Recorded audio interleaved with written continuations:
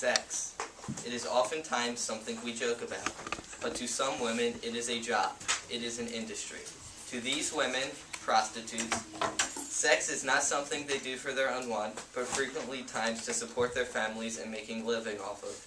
Diane Sawyer of ABC News recently had a program that followed around present-day prostitutes. One of these people is a single mom trying to support her family, a boy who's 3 years old, by working as a prostitute. Another is a college student trying to pay her way through school by working as a prostitute. To these women, prostitution is a job, a way to pay through school, or a way to feed their family. Either way, and even more importantly, it's the only way they know how to survive. Resolve that prostitution should be legalized in the United States.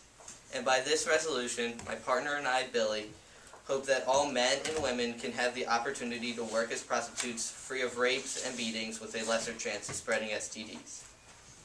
Many times people believe that prostitutes are less than people or just someone to be taken advantage of. But have you ever thought about why they got into prostitution in the first place? To these women, prostitution is a job.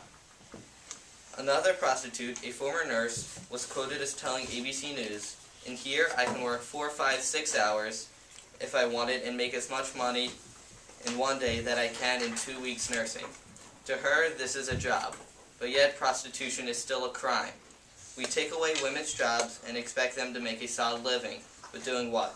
Prostitution is also the crime with no victim, in which both sides, the man and woman, consent. The only difference is that there is an exchange in money. So then, prostitution becomes an industry in which there is an exchange of money like any other job. The money is exchanged for a trade that is given to the customer. Prostitution has often been called the world's oldest profession, and for this reason exactly. When women or anyone have no job or viable source of income, they could always resort to prostitution. And over the years has prostitution started to be considered bad and immoral. But who are these people to decide what is moral and what is not? There's nothing illegal about sex, so why should it be when there is merely the exchange of money? And when prostitution is illegal, the real victims are the prostitutes. The average city spends $7.5 million each year trying to crack down on prostitution according to the Prostitutes Education Network. This money goes to stopping prostitution, but we are really only taking away jobs. Last December in Philadelphia, there was a sting or a plan to catch prostitutes and the offenders.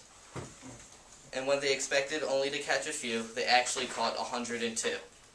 Lieutenant Charles Green of the Philadelphia Police was quoted as saying, "We're out there every day, but to round up 102 people is something that surprised me." And we spend all this money and time, even right here in Philadelphia, on trying to stop something that is needed for money and work. If prostitution was legalized, this money could be invested elsewhere, where it is more needed. In this scenario, the prostitute is the victim when they are losing their jobs and their source of income. My partner Billy and I also agree that pimps should be eliminated as well. These individuals physically abuse and threaten prostitutes, as well as retain a portion of their earnings.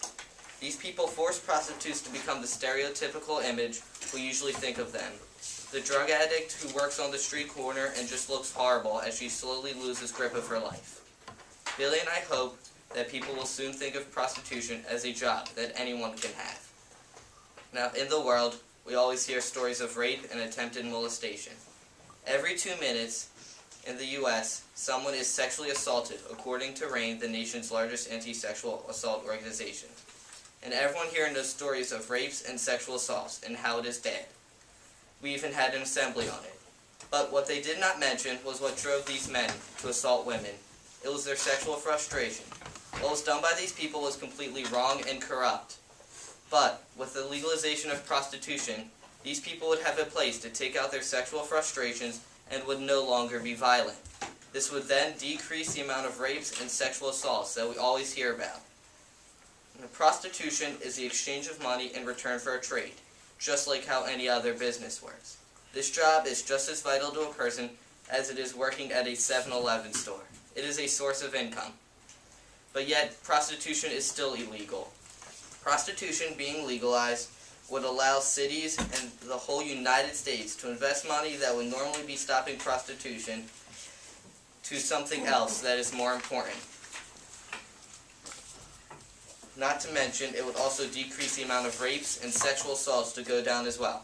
If a woman or a man needs prostitution as a source of income, whether it is to feed a family or pay through school, it is how they make money and how they survive. Who are we to take this job away from them? Thank you. Vote affirmative.